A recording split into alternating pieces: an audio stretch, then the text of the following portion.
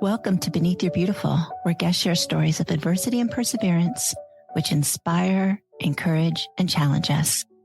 We embrace these tough conversations, intimately exploring our loves, fears, and hopes with a delicious combination of depth and lightness. I'm Jeanine Grayson, and I am a mindset and confidence coach. And I essentially help my clients shed self-doubt and take empowered action in their lives. And what made you get into that? That's a big question. I think largely my life experience has really shaped and molded me in this direction, but it was definitely an organic process. Did you have people who helped you with your mindset and then knew that because it helped you so much, you wanted to help others? You know, for many years of my life, I lived in a very limited mindset space. And I think I put a lot of stock of my happiness really revolving around other people changing and situations changing. And so when you live that way for a number of years, you oftentimes just kind of can't get out of that space because it's been a gradual process of getting into that space. So I went through a cancer battle, and it was during that time that I really had a transformational mindset shift, just myself sitting alone with myself and my thoughts. So that was really kind of the spark that started to change my life and my trajectory. When I realized I was responsible for everything in my life. Exactly. Everything. This was the aha moment for me. I had lent a guy I liked all of my savings, $10,000, and he didn't pay me back. And every morning for a year, I woke up, and the first thing I thought of was that mother effer. Sure. I went to talk to somebody, and she said, "Did he hold a gun to your head?" And that really was a light bulb, because I had to take responsibility for the fact that I kind of knew what kind of guy he was. No, I didn't kind of know. I knew what kind of guy he was. Right. I made the choice. Nobody held a gun to my head. It was my decision. And that freed me from all the angst because I had to get on with my life. And so taking responsibility for that led to all the choices I had ever made. Now, all the choices I make, I'm like, okay, it's my deal. It's so true. It starts with the decision to do that, right? Yeah. It's easy to blame other people. There are certainly individuals that do bad things and engage in dysfunctional behavior that affects us, and external things in our environment that affect us, but we can choose to own where we're at or not. I can't remember her name. There's a really great meditation lady she's more than that, but she was at a seminar, and this guy next to her was just making all these noises, these like consistent, annoying noises. And she was so frustrated with him. Sure. And then at the break, she realized it was the furnace making this consistent, annoying noise. Mm-hmm. She wasn't annoyed anymore because it was the furnace. Assigning blame, not taking responsibility. It's just something that's happening rather than somebody's causing something to happen. It's a reminder that we can really choose to reframe our thoughts at any point. Sometimes it takes hitting rock bottom. Sometimes it takes, just a life-changing event. And other times it can be a very ordinary moment, maybe a repetitive cycle of disappointment or frustration. And we can just have that aha moment where we say, wait a second, I could see this different. And if I'm willing to see it different, then I could actually look for other options or solutions to work through my feelings or the situation that I'm finding myself in. Our mind is so powerful like that. I'm 55, but up until my mid-40s, I was a victim of everything. And before I could take responsibility, my thought was, it happened to me. How can I change the story? But now I see that I can change my thoughts around the story. The facts are the facts. Mm-hmm, that's right. I was sexually abused at 7, but I don't have to live there. And that's the freedom and the peace I want for everybody. And that's the inspiration for this podcast, is to find people like you who help people get out of their suffering. Thank you for sharing that, first off. And I want to be really clear with saying that we can experience really difficult events and be on the receiving end of awful things in our life. And I'm not discounting that. But I think we can choose to stay in a place of turmoil and pain, frustration, and negativity because of those events.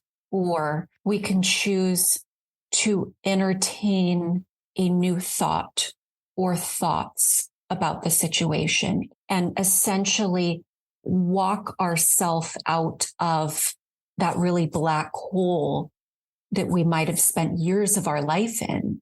As I'm sure you know, you can go through a traumatic experience and you can physically remove yourself from that experience, but you can still really be gripped emotionally by that. And so, not to take away the pain and turmoil of those situations, but I do think that if we can reframe our mind from really staying in that place, kind of camping out in that place of negativity. I mean, we are human, we do have emotions. And I think really experiencing and feeling those emotions through that is part of the healing process. But we can choose to stay there, or we can choose to extract what we want to from that experience to help shape us into a stronger version of ourselves and take a step forward in another direction. Locally, there was a synagogue who hosted a Holocaust survivor, and he was in his 90s, I think. And he was so sweet and cute. And the person interviewing him kept trying to get him to talk about the trauma and the terribleness, to remind us, of course. I mean, I understood why he was doing it. But the older man would not go there. He was just so positive, and, you know, he had survived it and it was in the past, and he had a beautiful life since then. And I really appreciated that, because, like you're saying, we can go through hard things. It doesn't mean it didn't happen. It doesn't mean we didn't suffer, but we do not have to stay there. My favorite people in life are the ones that have been through some really tough chapters. I feel like those individuals have perspective. They have a depth that maybe some people don't. And I so respect it and appreciate it. My high school teacher's favorite quote was, "Suffering builds character." And of course, as high school students, we didn't get it. Sure. But as a grown woman, I sure get it. I really like that. It's really true. Absolutely. We're more well-rounded. When we have experience with the bad, the bitter, the tough things in life, we have a more elevated appreciation and gratitude for all the wonderful, precious, good, and positive things in life as well. So it really gives perspective in that sense. I just interviewed somebody who said, you can't have the sweet without the bitter. Correct. I volunteer, and we take pictures of people facing life-threatening illnesses. And so I've taken pictures of a mother with her stillborn, and a family taking their 2-week-old off life support, a teenager with leukemia. And I just feel really richer for it and more appreciative of, oh, I get another day. I got another day.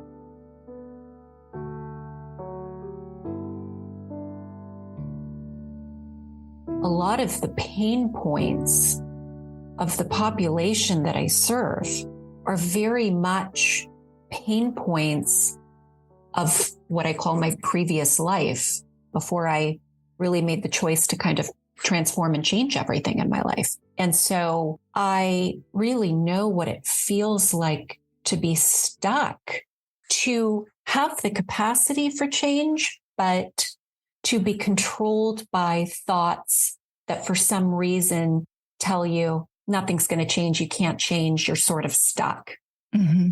The mind is a really powerful thing, and it can largely control what we try, what we don't try, taking a step forward, moving outside of our comfort zone.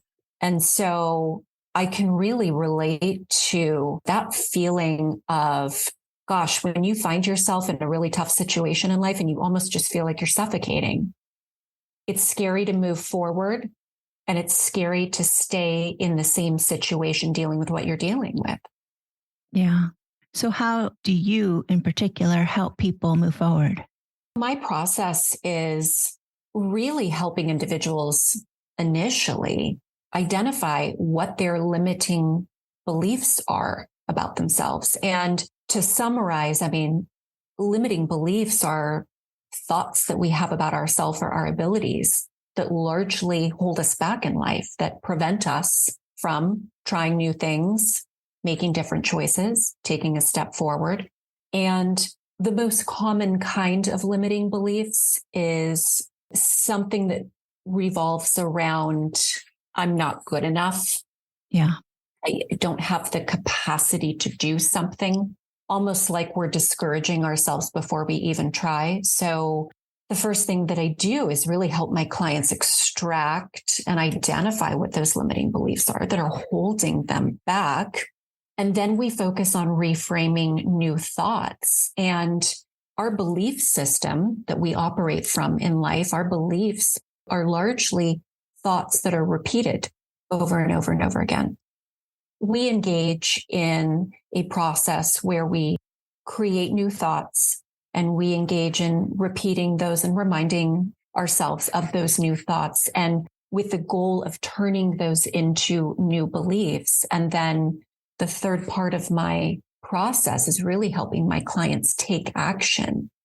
So we can have wonderful transformational thoughts, but until we take a step forward, no matter how little the step is, there needs to be a bit of action that follows that. Somebody just said to me the other day, they were like a little frozen with overwhelm. And they said, it's like I'm 8 years old again. Mm-hmm. I thought, ooh, but you're not. And you can do some work to not stay there, to not have that response anymore. But that's up to them to want to change, even to believe that they can. I think that's a key too. What do you think about that? Let me try and address what I heard from you, which was very powerful, and I agree with it.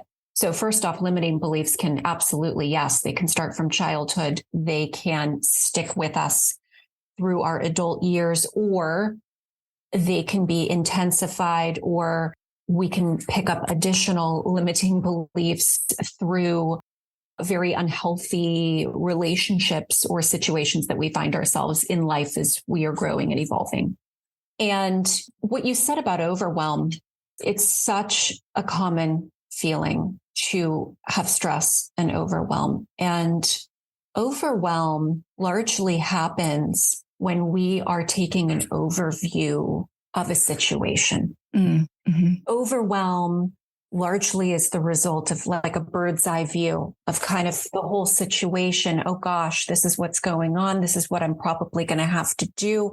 This is all the things that I'm going to have to do to get myself out of the situation. And so, because so many of us can relate to overwhelm, and I can myself, the problem with allowing ourselves to get in the state of overwhelm is it usually results in us not taking action because we're totally overwhelmed, and it can feel paralyzing. We can have that flashback of, wow, a situation in our childhood where we felt the same way. It can trigger a lot of things from our past.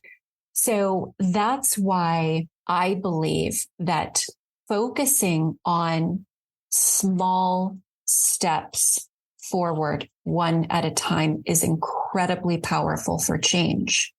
When I had my moment of transformational mindset shift, and that was the defining moment that I chose to start speaking to myself differently, start entertaining new thoughts.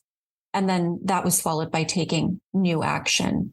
Mm-hmm. And then the courage and the confidence was built along the way of that.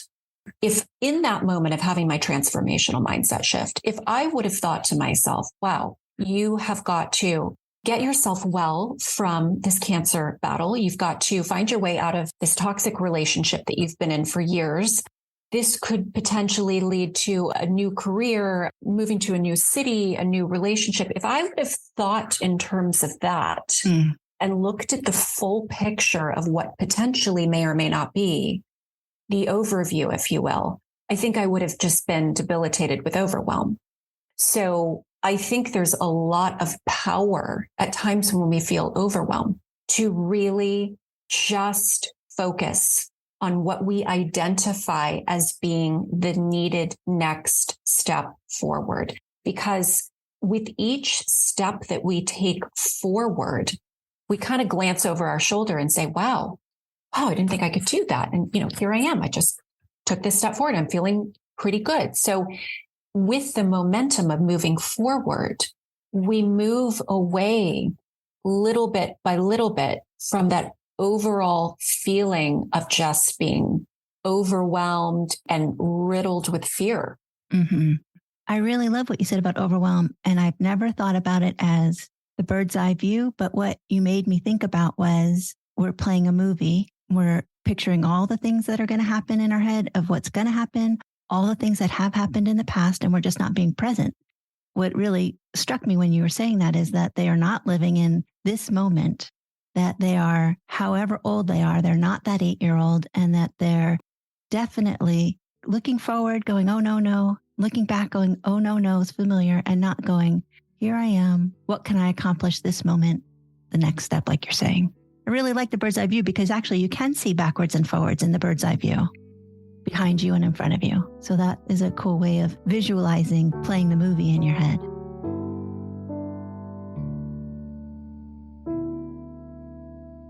I think a feeling that many of us, and in a place that maybe many of us are or have been in our life, that's very connected to the feeling of overwhelm, is fear of failure. And I think that can be largely something that holds us back a lot in life from taking a chance, doing something different, moving outside of our comfort zone. Mm-hmm. And I just want to take a moment and really deconstruct that thought process.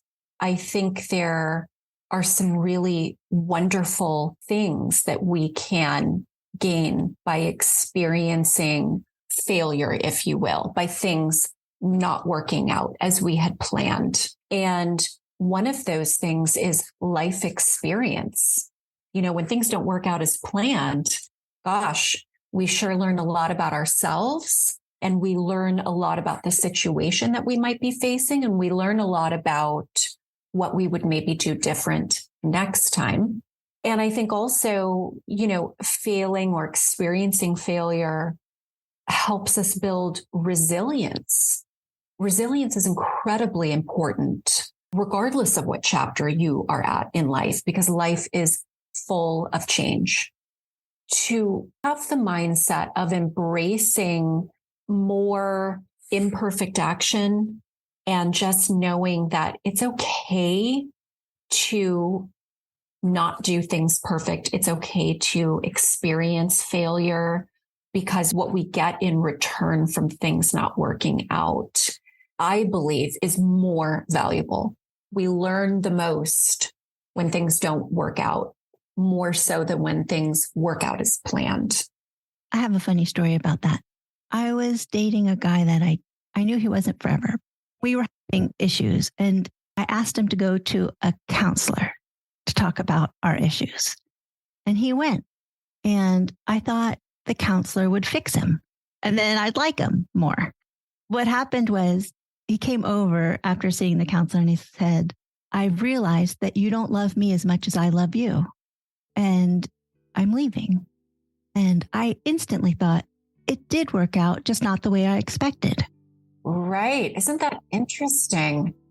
Even though we expect one thing, we can receive another, and it doesn't mean it didn't work out. It did work out, just not the way we expected.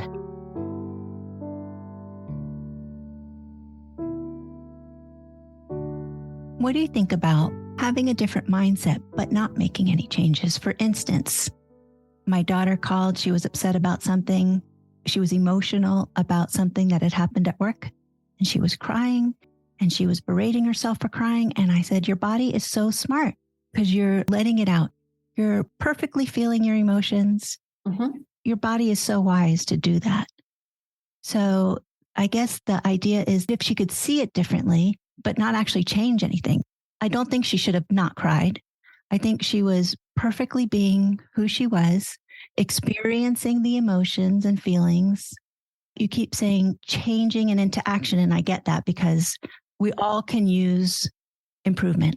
But what about learning to love yourself right where you're at? What about that?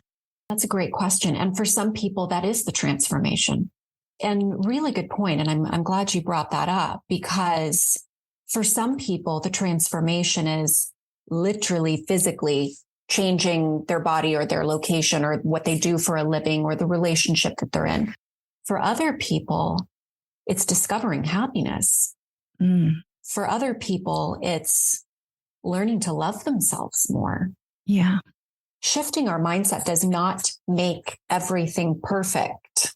But what it does is it almost changes, like we put on a different pair of glasses. It changes the lens that we look through, and it helps us seek solutions or look at things under a different lens. So, for example, the transformation that your daughter could have or might experience in that situation is that she had a situation that upset her, and maybe her go-to behavior was to cry it out, to kind of, express those emotions. And so a mindset shift might have been, instead of looking at that as an unhealthy behavior, she might look at that as a tool for dealing with the situation that I'm in, is to allow myself to really cry it out for 5 minutes and be grateful that I have identified that tool, and then embrace that feeling of wholeness and happiness after that. Really what the mindset shift does is it changes the lens. I love that we look at things and people and situations. It's the reason why you can have individuals deal with seemingly similar external situations, like a particular kind of illness, or you mentioned the elderly individual that came from the concentration camps, something like that, that can be so debilitating. Why is it that some individuals can stay in the place of suffering and other individuals can extract some level of wholeness or gratitude or beauty moving forward? The transformation is just the choice that they make by switching their thought process and their mind shift and just looking at what's in front of them, what's around them differently. That's really lovely.